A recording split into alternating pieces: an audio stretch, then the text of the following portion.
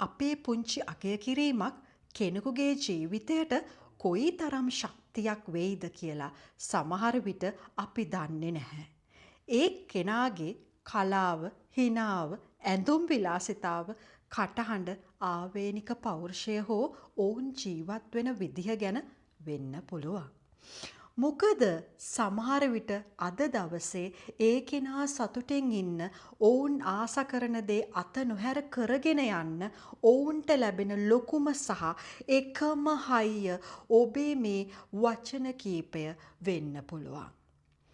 කෙනෙක්ට අගය කරන්න අපිට සතයක්වත් වැය වෙන්නේ නැහැනේ.